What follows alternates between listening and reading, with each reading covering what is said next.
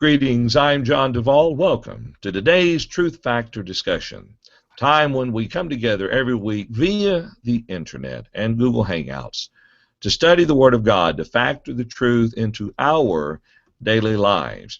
We are absent Paul Adams this morning, where he preaches in Ellisville, Indiana. They have a gospel meeting this week, and so he has responsibilities that call him away today.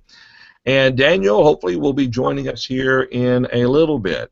So we have sitting in for Paul, Seth McDonald. Let's start with you, sir. How are you doing today? Well, I'm doing very, very well. It's good to be with you guys. I'm thoroughly happy to be here and studying this chapter with us. Hopefully, we can get some a good ways into it. You and me both. Tom, how are you doing today? I'm doing fine. Everything is going well out here. Looking forward to another week of study as we continue our study in 1 Corinthians chapter 11. We're actually within a context of we're going to begin in verse number 3 today, dealing with the role of man, woman in relationship to God. All right, that's right. That's exactly right, and that's where we will begin this morning. What I'd like to do is, we had left off last week with having talked some about verse 3. I'd like to take a minute and bring verse 3 into the mix one more time. Verse 3 tends to be a very crucial verse in looking at this context, because it establishes a principle that is at the basis, if you would, for everything that the Apostle Paul is about to say. So, Seth, you say you're going to screen share that for us? Yes, sir. All right, let's bring that up there, and we're reading this morning from the English Standard Version, I believe. Is that right, Seth? Yes, sir. All right, let's go ahead and begin reading in let's just start in verse 2, just for the sake of the context, and let's read through verse, again, we get the same thing we got into last week, finding a good breaking point. Let's stop. I'm going to stop there in verse 7. So follow along as we read 2 through 7 of 1 Corinthians chapter 11. Now I commend you because you remember in me everything and maintain the traditions, even as I delivered them to you. But I want you to understand that the head of every man is Christ, the head of a wife is her husband, and the head of Christ is God. Every man who prays or prophesies with his head covered dishonors his head, but every wife who prays or prophesies with her head uncovered dishonors her head, since it is the same as if her head were shaven. For if a wife will not cover her head, then she should cut her hair short, but since it is disgraceful for a wife to cut off her hair or shave her head, let her cover her head. Verse 7, for a man ought not to cover his head, since he is the image and the glory of God, but the woman is the glory of man. All right, the English Standard Translation takes a bit of liberty there in use of the term wife instead of woman. And I think we talked some about that. The problem, the issue I see with that is, by using the term wife instead of woman, he's talking about the relationship in a marriage between the husband and the wife. If you use the term woman, then it steps back to a more global, if that makes sense, the proper use of the term, I guess, global application of it, putting men and women in the proper place, if you would, as in relationship to God. So there in verse 3, notice he makes the point. He says, but I want you to understand that the head of every man is Christ. I'm actually going to shift now. I switched to the New American Standard. Okay. All right. That sounds good then. Yes, sir. Switching to the New American Standard Version, I'll read from that. Notice in verse 3, he says that, but I want you to understand that Christ is the head of every man, and the man is the head of a woman, and Christ is the head, or God is the head of Christ. All right. Something we already talked about last week, but establishes the fundamental principle. All right. Any other comments from you guys before we continue with a verse-by-verse discussion with this? Well, it's very clear. You know, it's one thing. The reason that this passage is controversial isn't about what Paul is teaching at all. Everyone agrees that really what Paul is teaching is that people should stay in their place where God put them. God gives us all roles. Gave Christ a role, gives men roles, gives women roles. None are better than others. Men aren't better than women. They just have a different job. We all have different roles. And the point that Paul's making here is, women, you be women. Men, you be men. Don't confuse those roles between each other. There is an authority hierarchy, and you need to follow that. That God has put you where you're supposed to be and stay there. And for the most part, I've very rarely heard anyone say anything contrary to that point. That's what Paul is trying to teach here. Where the controversy happens is, how do we apply it? All right, yeah, I think that's a good one. How does it alter our lives? Does it manifest in any way? Yeah. Right. All right, Tom, any thoughts? No, I think he said it well. All right, I like that. I like the way you said that. Bear with me just a moment. I neglected to update one quick important page here. Some people still use the old viewing page, and I neglected to update that for the purpose of our study. So it's going to happen here in just a second. So, a fundamental principle. Now, what Paul's getting ready to get into here in just a moment is really going to beg a couple questions, and we're going to try to talk about them as we go through here. And I don't want to belabor this much longer, but when you were talking about the roles, Seth, in relation to Christ being the head of man, man being the head of the woman, God being the head of Christ in various roles, when you stop and you look at what Christ did, we see this attitude of his being manifested in his submission unto his Father. When you talk about the role of men, well, man in general is in submission to Christ, but really there's nothing in the role of man that outwardly says, I am in submission to Christ, other than complete submission and obedience. The woman does have her hands tied, for the lack of a better way of putting it. There probably truly is much better ways, in that if she's married, she's been subjection to her husband. If she's a member of a local congregation, there are certain things she cannot do. Do you think that would be fundamentally the application of what you're saying, or the limitations that would be brought about by this order? I was trying to read Randall's comments over in the chat, but that there are limitations, there are authorities you have to answer to. We understand that we're supposed to respect the authority of Christ, respect the authority of God, and God has given man certain authorities to, and what great responsibilities they are to look out for the betterment of their spouses, of women in general, and women should respect that authority as well. It's certainly part of this point. All right. Let's go ahead and take Randall's comment from the chat room real quick, and then we'll, as he'll say here in his comment, we'll get into the verse by verse discussion of this. Bear with me a minute. Bring this up, and Tom, go ahead and read that for us, starting with "not only does." Okay, Randall says, not only does verse 3 set the stage for the rest of the chapter by understanding the chain of command, if you follow, or if you will, for the church, but also we need to understand this chapter first in the time period and context of when it was written.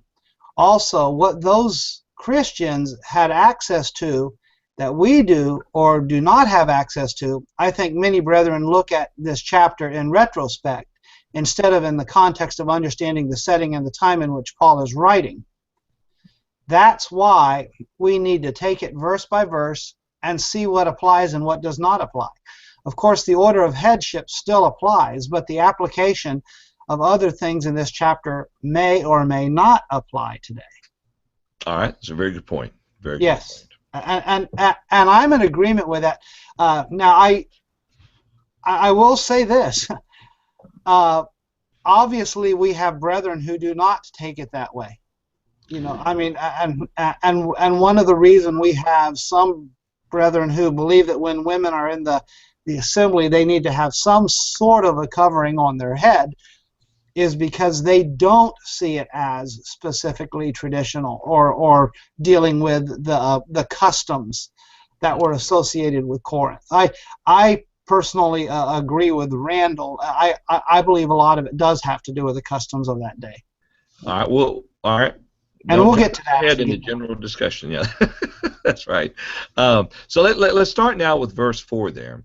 And notice, and I'm right now I'm going to be reading from the New King James. He makes the point that every man praying or prophesying, having his head covered, dishonors his head. It's interesting to see Paul's development of this. After having made the statement in regards to as Randall put it, the chain of command, or God, Christ, man, and the woman there, he then begins this section there with verse 4 by saying that every man who has something on his head while praying or prophesying disgraces his head. All right, let's first look at the action here that he's talking about. He specifically addresses praying and prophesying. Now, if we're going to talk about what he's discussing here, we need to keep the context of 1 Corinthians in place. Do y'all think what we read in verse 4 in chapter 14, it would be directly connected with what Paul is talking about here when he says praying or prophesying? I very much believe it has bearing, because when you get over into chapter 14, verses 34 and 35, you know, Paul places some restrictions upon women in the worship service that they are to keep silent. Well, and even verse 12 talks about the various gifts. Yeah, exactly. And based upon that text, speaking of the assembly, it is my conclusion that in 1 Corinthians chapter 11, Paul is dealing with an occasion other than the assembly. And if that applies to the women, it would apply to the men in that circumstance either. And one observation that I would make in that is I see in this expression here, I think the point that Paul is making is that man needs to stand up and be a man. He needs to stand up and take responsibility for his role just as much as a woman needs to take responsibility for her role. Understanding his place in the line of submission. He is under submission to both God and Christ Jesus, as was just mentioned a minute ago. And I make that point because you know, we sometimes talk about women usurping authority over men in our society and not wanting to accept their role. Well, we also have men that don't want to accept their role. They don't want to be the head of the house, and in public, getting away from the worship service, they don't want to stand up and be the man that God wants them to be in society. And so I think it's a concern both directions. If you look really closely at verse 4, there's something about dishonoring his head. That there's a play on words there. You know, if he prays with his literal head uncovered, he just said that head of every man is Christ. If he prays or prophesies without anything on his skull, he's dishonoring Christ somehow. And then if a woman prays with her head uncovered, she's dishonoring her head, being the man. It seems like he has a play on words here. Now, how is it that a man with his head covered dishonors Christ, and how is it that if a woman prays with her head uncovered would dishonor her husband? How is it that happens? You know, culturally, we don't really understand, but it obviously has something to do with designating roles between men and women. If a man has his head covered, it's like he is acting like a woman, and if a woman has her head uncovered, she's taking responsibility, usurping the authority over her head, and claiming to be someone that she's not. That she's taking a step too far by doing that, and it's the same thing as if she had her head completely shaved. Both would be a shameful thing to have your head shaved and to get out of your place. All right. Speaking of head covered or not, we really can't tell whether or not your head is covered or not, Seth. You still got the Bible verses up there. Yes. Well, I did that on purpose because I much rather look at Bible verses than myself. Okay. Let me approach this from a little bit different direction. Still looking at these verses. Throughout the teachings of the Bible, both Old Testament and New Testament, and clearly here, I would say the praying and prophesying has to do with I know there's disagreement on whether this is in worship or out of worship, but in the connection with the two together with 1 Corinthians 14 and 1 Corinthians 12, strongly suggests an exercising of a miraculous gift. But is there anywhere in the Old Testament that would set any sort of type, anti-type, any type of precedent illustrating that it was wrong for man to approach God with his head covered and wrong for a woman to approach God with her head uncovered? Now, I'm not trying to say just because it's not there doesn't mean that this is ruling it out, but there's got to be some connection. The people in Corinth would have to understand what Paul's talking about. What is the connection here? Where is, what Paul, why are you talking about this? And for us, with us today, it's very hard to relate to this because in our culture today, women don't have their heads covered at all unless they wear a hat, and some men may go with long hair, some men may not. And so, to me, that's really the greater question here, and I'm not sure if that question makes sense. Does it? What do you think? Daniel, you want to chime in? Yeah. Right on that. I guess the point is, okay, praying or prophesying is going to be, and here we're trying to keep it to the context, so praying or prophesying is going to be the exercising of miraculous gifts. All right, but very clearly one is teaching through prayer and talking to God, of course, and the second one is communicating the Word of God to the people. Not quite the same prophecy as we understand from the Old Testament as far as predicting of future events, but conveying of the message of God to the people. Where's the precedent that would suggest that if a man prayed to God with his head covered, that it would be a shame? How were the brethren in Corinth to understand what Paul is saying? And that's really the question. If anyone who wishes to say you really need to wear a covering, you really should answer the question.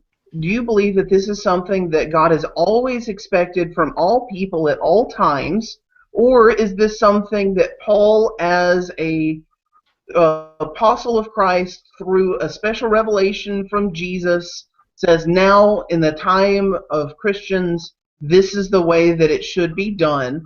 If you say that you have to wear a head covering, you have to answer that question. If it's something that God has always expected, then how do you account for Nazarites who had long hair and Eve not having a covering? She didn't have anything on. How would you account for that? So if it is a brand new commandment that Paul is giving to all Christians everywhere, as he even says in this letter, he's teaching everything the same way in every single church. I'm not sure that it necessarily applies to this particular passage, but that there's some new commandment given by God. So you'd almost have to say that this is only a New Testament principle if it's something that should be universally accepted. It has to be something brand new in the New Testament. Now, if we didn't have 1 Corinthians 11, what would we know about it? We wouldn't know anything at all. So, and Paul leaves us, it seems like, with more questions than answers as far as how to apply this. It seems like it's something that that the Corinthian brethren obviously knew about, whether Paul talked to him about it on his first visit or something that happened later on. That the Corinthian brethren know what Paul's talking about, and we don't. They've got a special insight that we have lost somehow over time. It seems like that there is no anything in the Old Testament that really sets this precedent. Well, like I mentioned, we had received an email or more of a comment earlier after last week's study, and the brother there made the point that the point is God, Christ, man, woman, and the symbol of the authority of a woman was the covering or the veil. And I come back to the very question you're talking about. Why? Where's the biblical precedence? Or is it a brand new command that he's been given? Some commentaries suggest that he's addressing a well-understood custom of the time period that and here's what brother I say brother Mike Willis in his commentary, if I remember correctly, suggests that you had Greek women obeying the gospel and refusing, seeing no need to go with the veil, or wanting to shave their head. He took the position, I think it was, that they were wanting to shave their heads like others around them in the world, and that was creating the controversy. Speculation, clearly, you know. Any thoughts? Well, and I think some people miss the point when they try to make this passage about women, when it's obviously equally giving weight to Correct. men, if not even more weight to men, because they're the ones who are addressed first concerning this thing. And one of the things that we see is in Roman cultures, men did veil themselves, in worshiping deities and things of that nature. And you compare this to, maybe Moses' veil that he wore, for instance, and so that definitely has a precedent in other cultures, Right. And other examples of men veiling themselves. Real quick, Daniel, I'll ask you this. When he talks about having his head covered, is that, correct me if I'm wrong, because I haven't looked at this today, the Greek word there for that covered, is that not his head completely covered, draped? Yeah. When you look at, I think it's, let me see, I read this recently, katakalipto, and so with that word, what it's talking about is a covering or a veil. That's how most people will go with it. Even Blas de Brunner and Funk, which is the best intermediate grammar, it's going to give equal weight to it saying a covering or covering it itself. And so really this is the only time that it's talked about covering yourself in the middle tense there. Mm-hmm. And so with this, you kind of get to the debate where even those in the Jewish culture understand this is not just something on top of your head. In fact, they have, is it the yarmulke that is just on the crown of their head? Is right. That what it's called? Yes. So the culture there shows you that they don't see that as a veil in that custom. Nobody's ever had a problem with a man wearing that, but what is being expressed as a veil, and you compare that to Moses, where he talks about being unveiled, which is kind of an antonym of this word, and nobody pictures Moses veiling the glory of God from his face, if you will, with just something on top of his head. Nobody does that. But that's the antonym that Paul uses in describing the veil is that 2 Corinthians 3 or okay. I may be wrong. All right, I appreciate it. That's kind of what I remembered from my studies, that it wasn't some simple something on top, that it's the actual veiling of his head. Now, we've got some comments in the chat room. It is an interesting thing to point out, though, that praying or prophesying having his head covered dishonors his head. Would y'all say the second use of the term head is talking about Christ, or is it dishonoring himself? It seems like it's talking about Christ, in my opinion. That would be the suggestion based on the way it reads, yeah. Well, if you're dishonoring yourself, you're dishonoring Christ. Go ahead, Daniel. Sure, and I have no problem with that. I would say it talks about dishonoring himself, which will in effect dishonor Christ. So I think both of the principles are included in there. Okay. But there has to be something understood by the brethren that praying in this fashion brings dishonor upon oneself and upon Christ. You know, to me, this is what makes the passage so difficult. They had to understand what Paul was talking about. You know, and he's telling the men, keep your head uncovered. Women, keep your head covered when doing these things. Tom, you were saying, and then we'll jump to the chat room. No, actually, Daniel said the same thing I was saying. I think it's both. If you dishonor yourself, yeah, because you're not doing, verse, right? you know, you're not showing submission to God as a man. Okay, all right. In the process of doing that, you're dishonoring Christ, and so yes. All right. And something, you know, I know this is backing up a little bit, and I was a little late, so I don't know what you guys talked about. But, you know, it's interesting to me in my studies this week when I was looking at verse 2, how he compliments them for maintaining the traditions that he delivered, yet it seems like he's having to teach them about head covering. So what they were maintaining as far as traditions was not the head covering itself. That's not what he's complimenting them on. It seems like the head covering is in effect of a different maybe tradition that he's talking about. Maybe something like the distinguishment of sexes, for instance. Maybe that was the tradition, and the veil is part of the instructions that he's given to them to help along with that. But that's just something that I observed. All right. To me, it would be a far more egregious sin to dishonor Christ than it would be to dishonor myself. It seems like Paul is saying, hey, when you're doing this, you're dishonoring the person who is your head. It seems like that is the more weightier way that Paul could put it, and it seems that way to me. But certainly, you know, you're dishonoring yourself when you dishonor Christ. That's right. Well, let's jump to the chat room now. There's a good bit of comments, and I've not looked ahead, so I'm not sure exactly what's waiting for us there in the chat room. But I like the way Randall starts his comment, because I was going to say the same thing and realize he said it very well. So let's bring that in. And Daniel, go ahead and let's start bringing in some of the chat room feed there with verse 4. Okay. Actually, can you have somebody else read that, brother? Because I think I have a virus on my computer, and there keeps pop-up messages that are coming on. Uh-oh. So. You need to try run malware bytes. I have. It hasn't caught it. I need to okay. All right. figure out something. So Daniel's got a virus, maybe. All right, go ahead, Tom. Okay. Randall says verses 4 and 5 are tied together.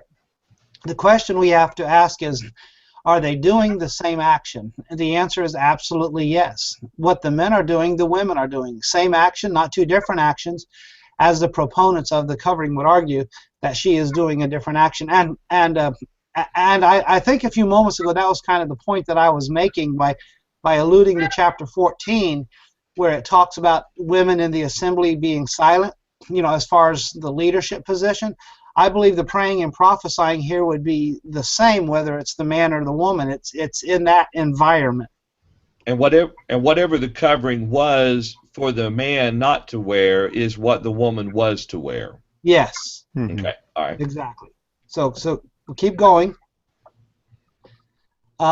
He goes on, as Seth pointed out, she has to be doing something vocal to be looked at as being a man, not listening to a prayer or prophesying, because no one would know she is usurping authority.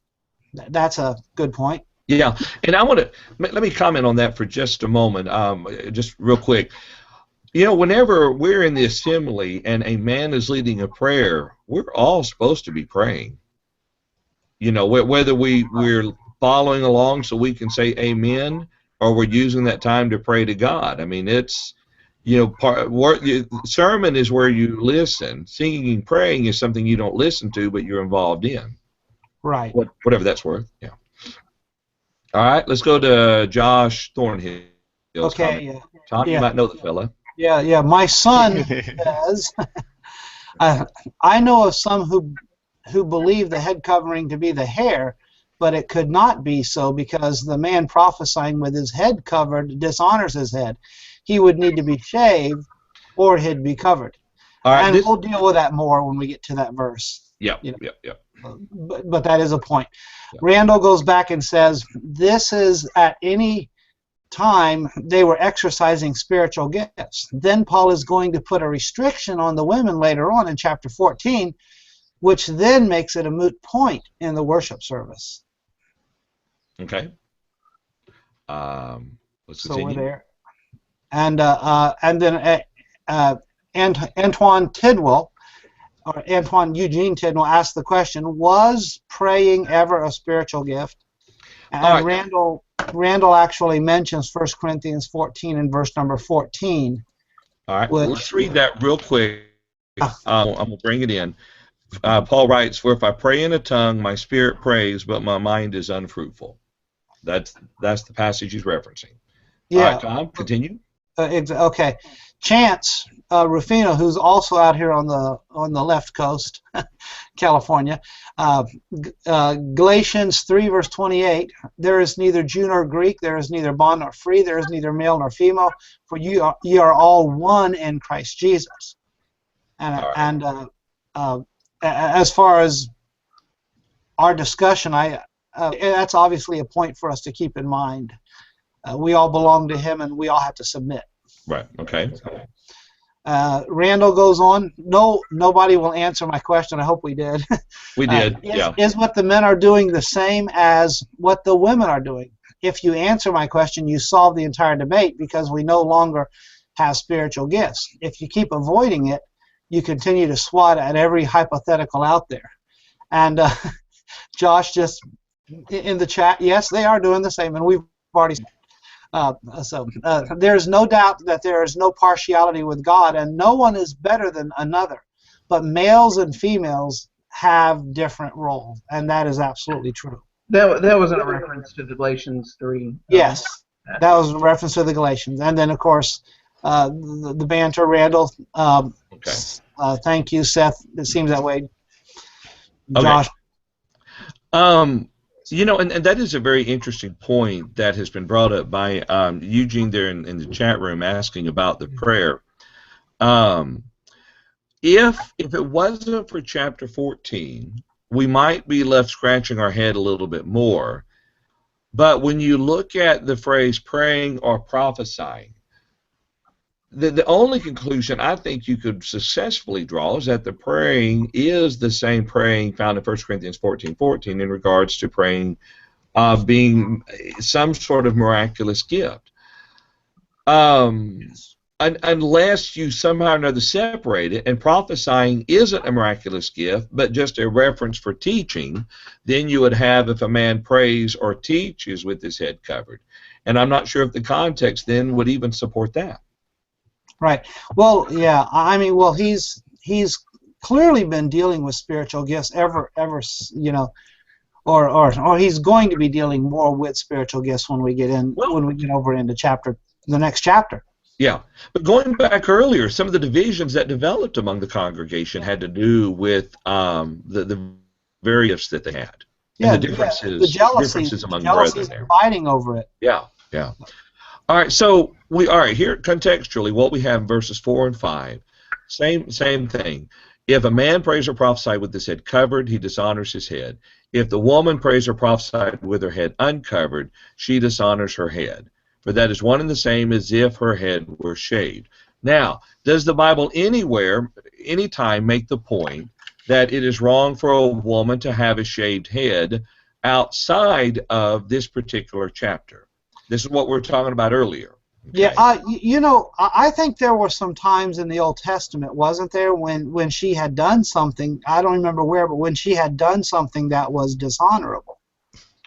Well, even in touching her dead body. What's that? Yeah. When someone, male or female, if they touched a dead body, did they not have to be shaved? Yeah, leprosy was the same way. You know, if I understand, leprosy. but as far as a worship service, no. Now I will say this. One thing to keep in mind when you look under the old law is God demanded respect when man worshipped him. And whatever instructions he gave them, he expected them to follow those instructions and show a proper attitude. I mean, priests in their service, they had to be clothed a certain way. And all those types of things. So it was important to God, and bringing that back to this text, I think the emphasis here is, when you go back to the point, understanding your role where God is concerned, we have to demonstrate that respect to Him in our worship, in our service, whatever we do. Might I add something real quick? It is obvious in our modern culture that the roles of men and women are completely out. That they're not, that people in general do not respect what the Bible has to say on in such matters. Just people have problems with pride in general. I have a good friend. Every time he preaches, to keep himself humble, he takes his shoes off and he preaches in sock feet. That's something that he does. He doesn't require it of anyone else, and he doesn't demand that anyone else, when they get up to preach, take their shoes off. But it's something that he does for himself to keep himself humble, and it's something that I respect. Now, people women who want to help themselves to remember their role and help themselves to stay humble, tie a string around your finger, take your shoes off, put a doily on your head, whatever it takes. If you want to do something to help you show your subservience, and it's something that you want to do, then by all means, I don't think anyone here would say no, you shouldn't do that. That you're sinning when you do such things. But that it can be a very personal thing, and I don't know that anyone here would say that it would be a wrong thing to do. Okay, all right. And any thoughts about that, guys? Seth, I think that's a good point. Yeah. So one thing before we move on to the next verse, I just want to kind of re-emphasize, however you take what Paul is saying, sorry, in verse 5 there, it was a shame for a woman to have her head shaved. I mean, that would be that clear, don't you think? Yeah. I mean, based on the way Paul words it. Common sense tells us that. Yeah. And then verse 6, for if a woman is not covered, let her also be shorn. But if it is shameful for a woman to be shorn or shaved, let her be covered. Now, I wonder, and maybe I'm just reading too much into this, and tell me if I'm wrong here. It is interesting that at least in the New King James, they use the phrase, but if it is shameful for a woman to be shorn or shaved, let her be covered. Is that if pointing to a cultural understanding, or is it just more of rhetorical, assuming what is already understood by truth? It seems like the many questions that he's asking, as far as if that have no answer, are somewhat what we would call rhetorical statements, assuming the answer within that. If it is the same, or since if it is the same as her head is shaven, or something like that, seems to be, maybe we would say, since it is the same, because it is a shame. Or even in verse 13, judge for yourselves, is it proper for a wife or a woman to pray to God with her head uncovered? It seems like he's answering their question in the affirmative. Yes, it would be a shame. That's how we read that, and so that would be maybe the point that is answered there. But it is an interesting thought, Daniel, because you brought up before. Hang on just a minute.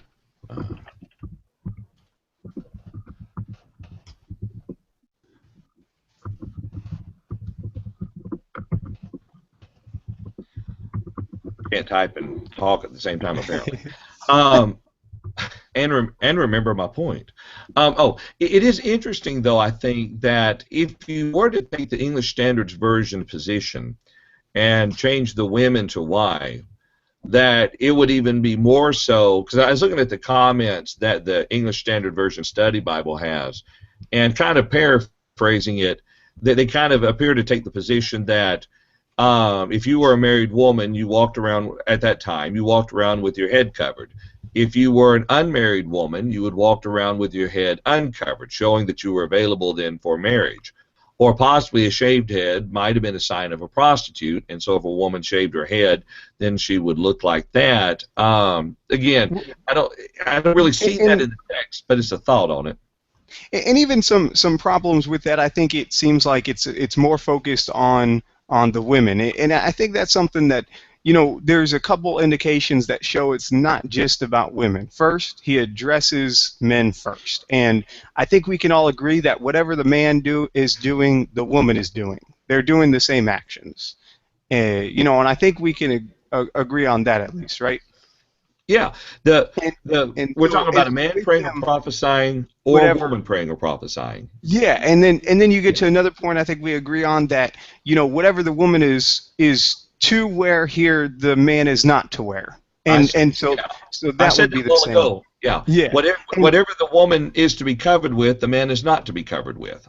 Exactly, and so when we get to the points of, for instance, just history, there's also points in history that not only that show that women showing their hair off was a sign of sexual availability, if you will. The same as with men. If they had long hair or maybe loose hanging hair, that was a sign of maybe effeminacy, that they were available to men as well.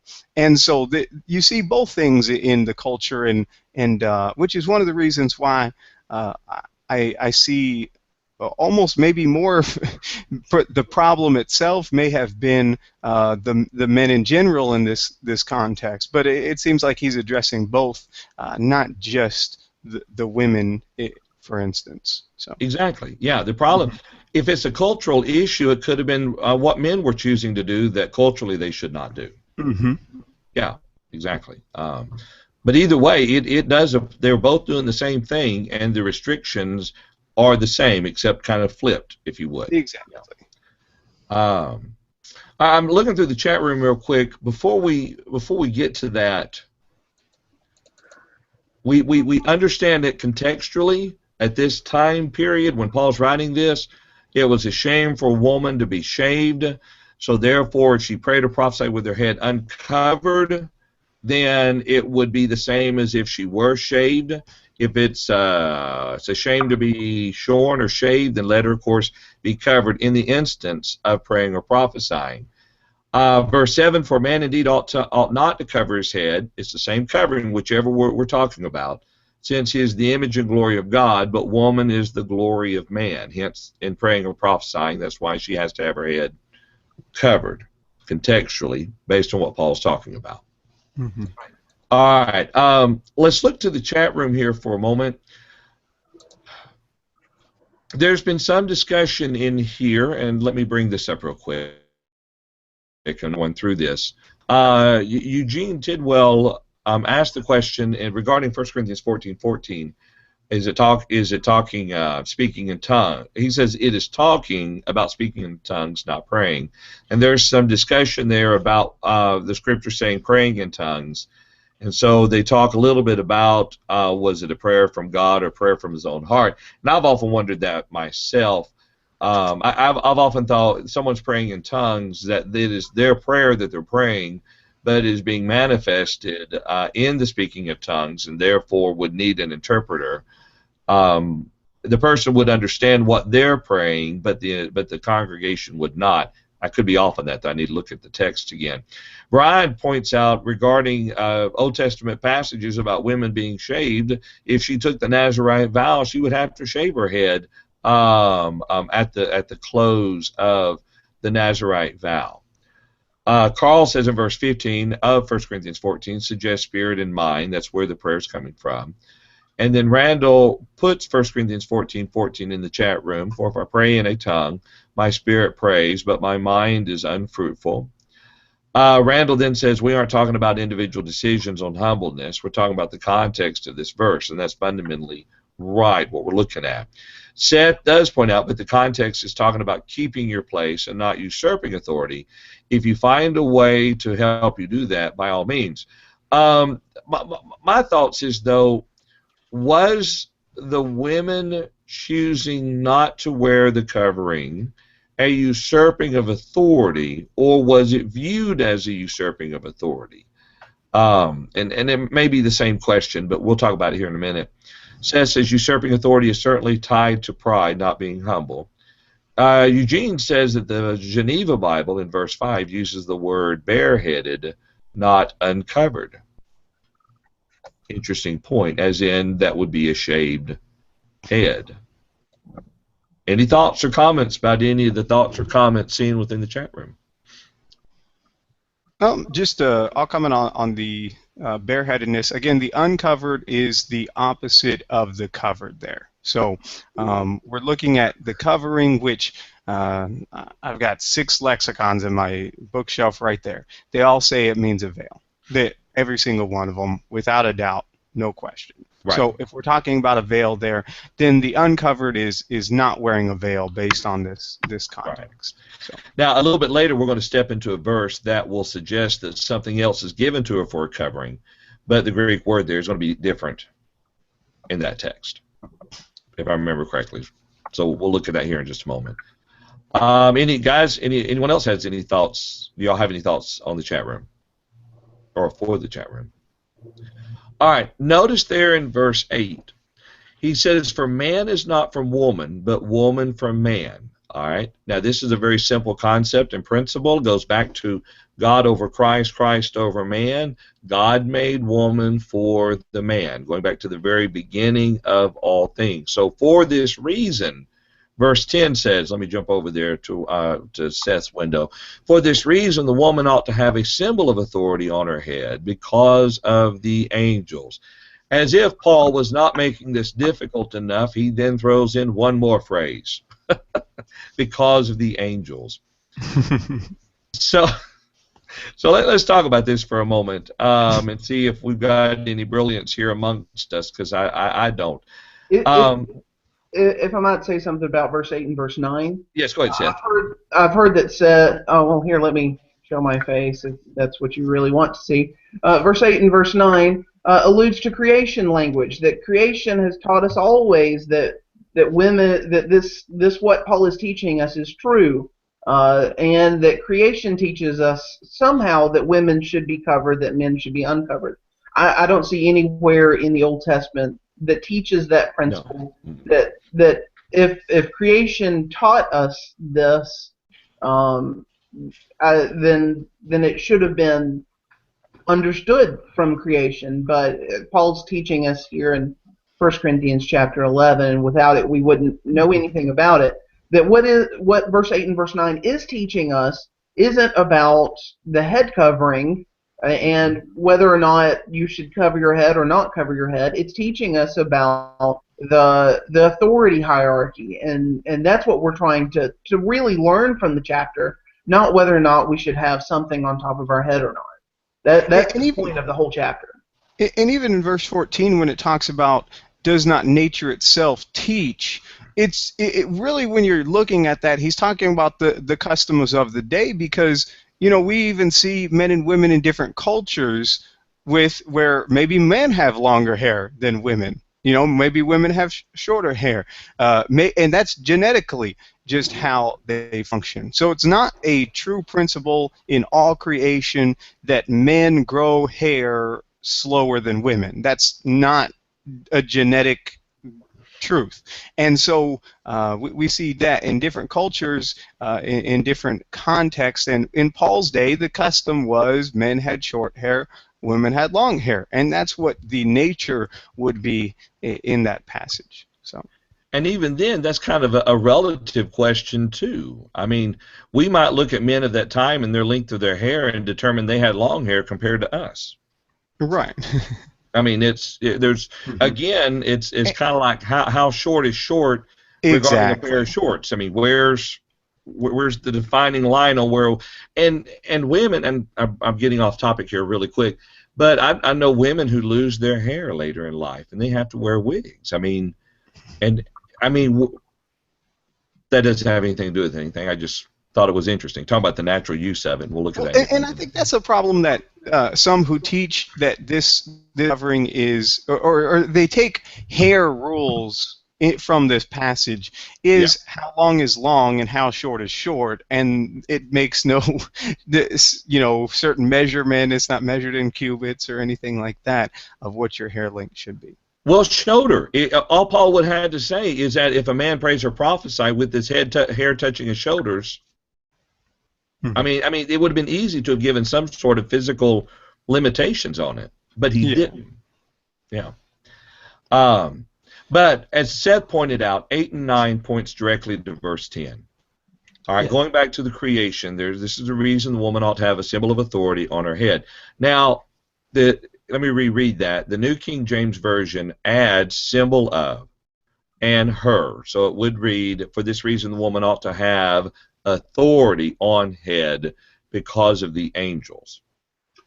I, Now, what do you think about that?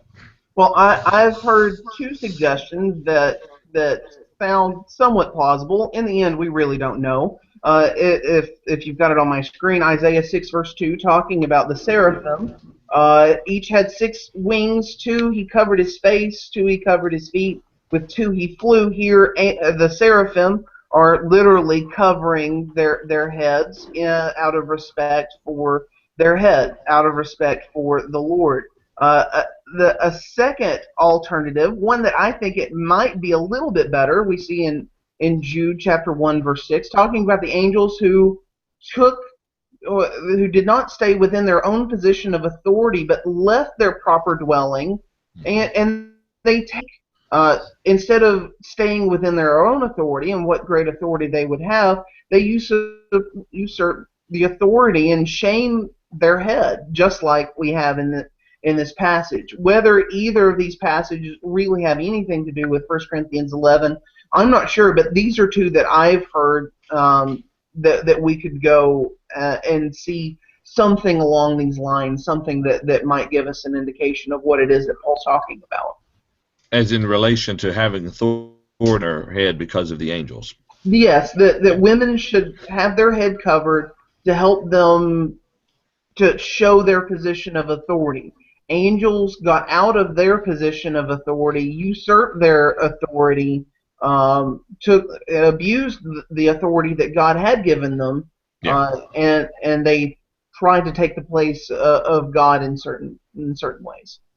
Yeah. I've heard it suggested, and I think it's a very good point. I've heard it suggested um, that the primary application of this would be in that time period, this symbol of authority was the head covering.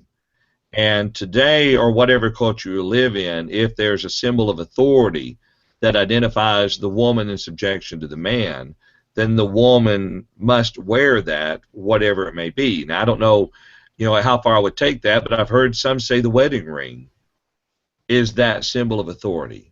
See, my wife has authority over me. I'm wearing the ring. No, but culturally is where they kind of anchor as determining what this symbol of authority actually is. I don't Well, know. and also too, just to show Paul's play on words here with the word head. Nobody reads this. For this reason, a woman ought to have a sign of authority on her husband. Nobody reads that as Right. head, the person over her. So just understand that he's using this word as a double play in this passage. So not always is it referring to Christ, not always is it referring to the man, not always is it referring to their specific head. Sometimes it is referring to the literal head Right. in this passage. But I think he does use double meanings in this passage Right. because this is a word that contextually can use those. I'll say this before I speak. Because of the angels, I honestly don't think there's enough information for us to decide on something. But I do agree with Seth that in my opinion, the best answer I've heard is that possibly since spiritual or angels are spiritually in fellowship with us, observe our worship to some extent, that they would even be shocked and ashamed to see women not respecting authority or men not respecting authority because they themselves submit to authority. And maybe that's the consideration, because when you get to chapter 11, a lot of that is about consideration of others. And so you're not choosing to do things out of consideration for others, and this possibly may be a women, you should wear the sign of authority because this is out of consideration for the angels and them as well. Now, whether or not that has any weight, I have no idea, but that was the best explanation that I've heard personally.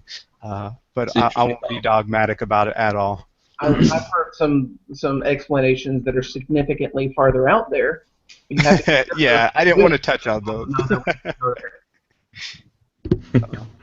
All right, let's see. We've got some comments in the chat room before we bring them in.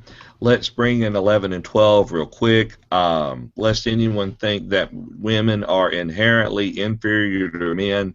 He makes the point that neither is man independent of woman, nor woman independent of man in the Lord. For as woman came from man, even so man also comes through the woman. But all things are God. You know, and Seth, you had that up there for me. So that the point is, or it seems to be the point that he's making, with having all said this, keep in mind that men and women are equal. All right, men wouldn't be here today if it weren't for women. You know, so some just kind of think about and ponder there for a moment. All right, let's bring the chat room in, and the last we read was Eugene Tidwell's reference to the Geneva Bible. And so let's start with Chance's comments there following that. Tom, would you want to continue the reading? Sure, I can do that. Let you get it up here. All right. Okay, he goes on and he says, we are viewing divine instruction for those believers then.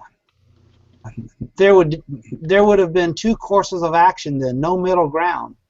For today, Paul points for future generations in verse 16. So head coverings today is a lack of command and context. I would be considered public display of head covering in worship for extra zeal as dangerously confusing, for less learned to observe and become confused. All right, that's good thought. Yeah. Randall just makes the observation, the Geneva Bible is not our standard. It's the original Koine Greek, and that's true with any version. It doesn't matter what version you have. It really seems like our culture of today is what makes this really hard to understand all the implications. Amen. It's so different today. Because our culture in America doesn't have a clear thing that says women will wear this because of they're in man's over their head, and men will wear this or not wear this because of that. Right. Well, not only that, our culture won't even respect the principle in the first place, much less the symbol. That's true. So anyways, he goes on, I agree, but what word was used in the Greek? And Daniel, I think you touched on that a while ago, didn't you? Yeah, we've been touching on that, so yes. On the covering, yes. Right. Okay. Or is he talking about the word for prayer in there? I think the word bareheaded. Yeah, or uncovered, which you mentioned. Okay. Well, you know, back up here he references the Geneva Bible where it says in verse 5 uses the word bareheaded, not uncovered. And so he's talking about the Greek word of translated as uncovered there. I had to reload because it's not loading messages for me, so I had to reload, and that was the last one I had. So. Okay. All right. Sorry. All right. Go ahead, Tom. Let's continue. We've got a few more, and then we'll pull the study to a close. Okay. So Carl or Chance points out some conversation with Carl. My point matured. by misunderstanding. I'm assuming that's over time. Okay. So it sounds, Carl says, so it sounds like the crux of all of this is the fact that women show a submissive state during services and show this by the head covering. And he has it down, this is a question. And I think one of the points that we've made is I don't believe this is dealing with the worship services because, again, when we get to chapter 14, there's some problems with that. Well, we had some differing. I don't know that that's necessarily true. Women are also commanded to sing as well. Right. They can cough and sneeze and make other noises. What is exactly taught in that other chapter? I think again it's talking about usurping authority rather than not making a noise. Right. Oh, yeah. And I understand that there. But the point is here is it's the praying and prophesying. Well, and again, as Tom's pointed out, the praying and the prophesying is the leading part. They're not leading in a mixed assembly. So this would inevitably be in any congregation that has a man always outside the assembly, and that would be the application when you factor in 1 Corinthians 14. Right. And limited to the praying and prophesying. Mm-hmm. I mean, that's what he's dealing with. If anyone prays or prophesy under this condition, then here's the result. There's something, and I pointed this out last week, but there's something about the miraculous here with prophesying that's different from teaching. There's something different, and maybe that's one of the reasons why we don't understand it is because we don't have the spiritual gifts today. We don't know the difference personally, and there seems to be a difference between just regular prayers and these praying in the Spirit that required these applications as well. And so I don't know what that is, but there's a reason Paul chose prophecy instead of teaching in general. Okay. I'm still not 100% sure about the limitation or not limiting this to worship service, but that's another discussion. And we talked about it last week, so the different viewpoints on it. So in answer to Carl's question there, it would be showing the submission while she's praying or prophesying. That's whether it's in or out of worship, depending on how you take it.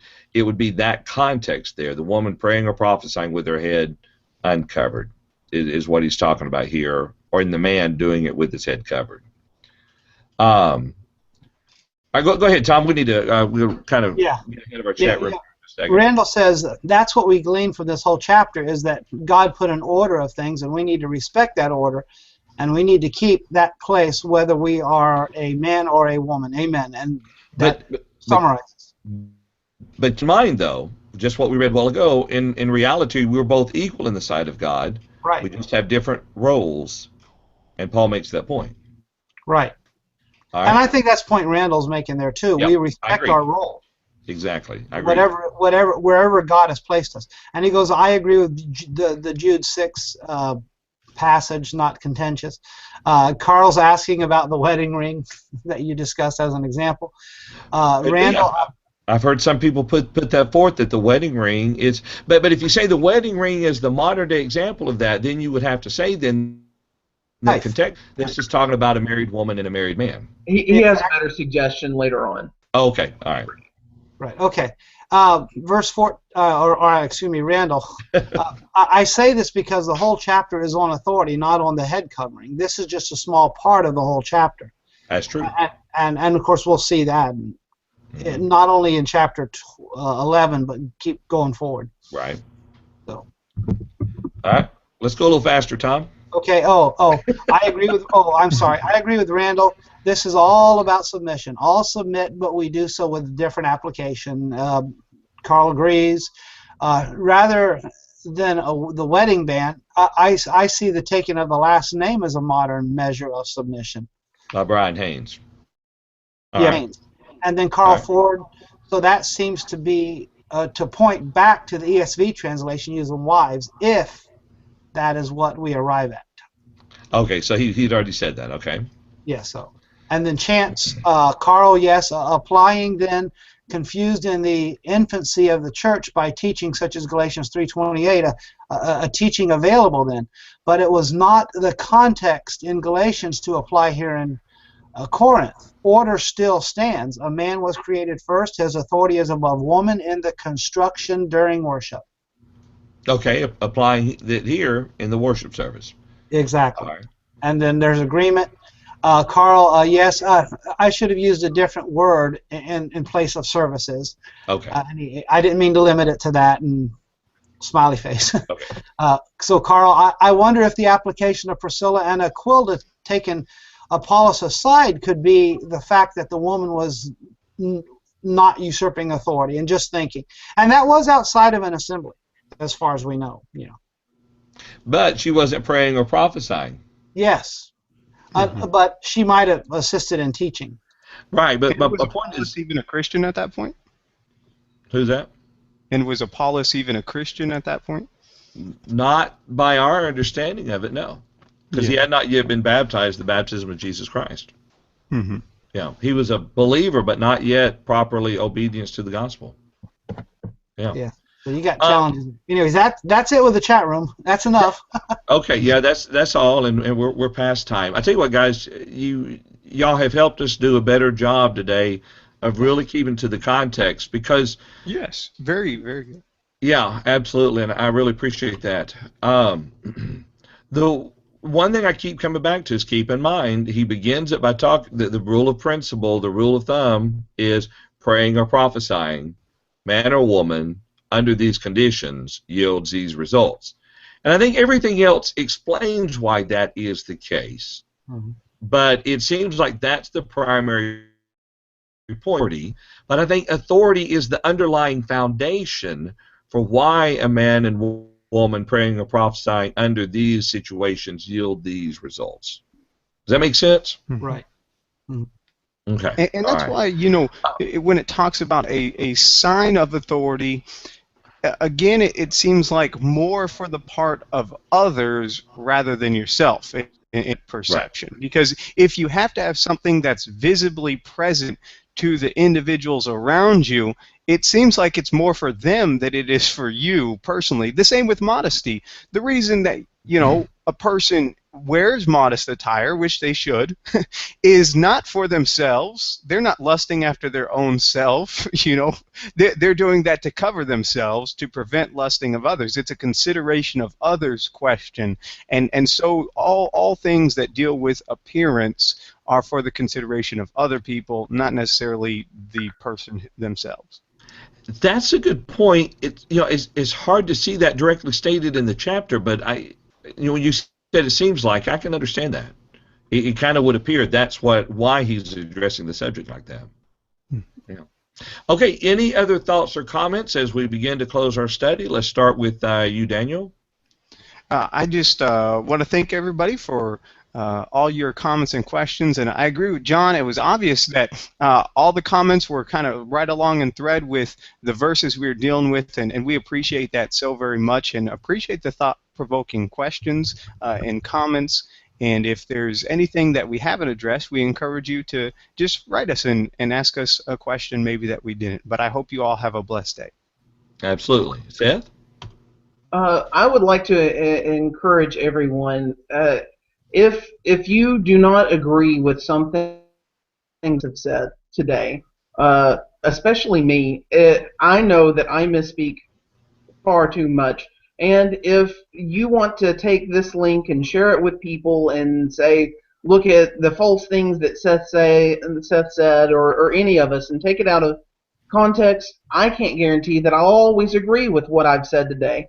My encouragement to you, right there at the bottom of my name, is my email address.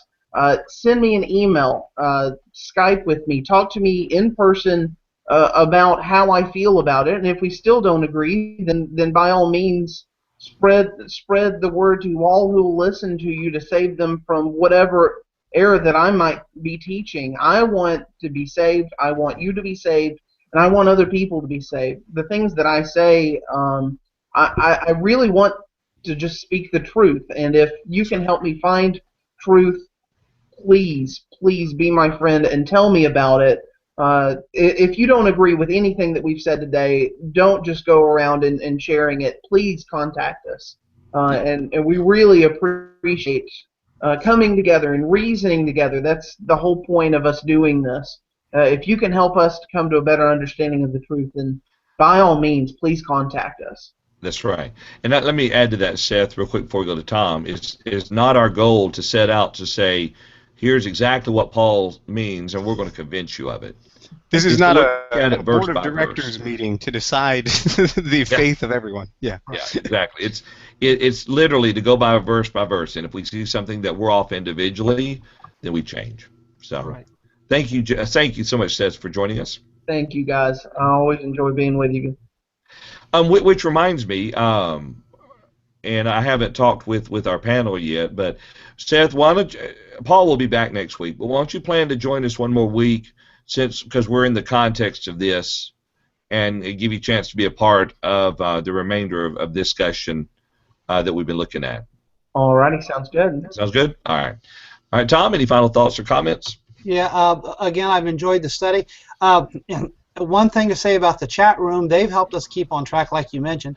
I'm not convinced that there's agreement with everyone in the chat room on this, but I will say this. I believe that the discussion has been carried out in a brotherly manner. Yeah. And I want to thank you all for that, and I appreciate that in the discussion. We all have things to think about with Absolutely. this. And we look forward to concluding this next week. So, John? Appreciate it, Tom. Appreciate it, Seth and Daniel and everybody in the chat room. Thank you so much for joining us today. We are way over time, so we'll pull it to a quick close. Thank you so much for joining us. Lord willing, we'll see you back here again next Wednesday at 11 o'clock a.m. Central Time. Noon Eastern Time. 9 o'clock Pacific Time. And 6 a.m. Hawaii time. I'm delaying on the transfer, so back to me right here at live.truthfactor.com. Y'all have a very wonderful week.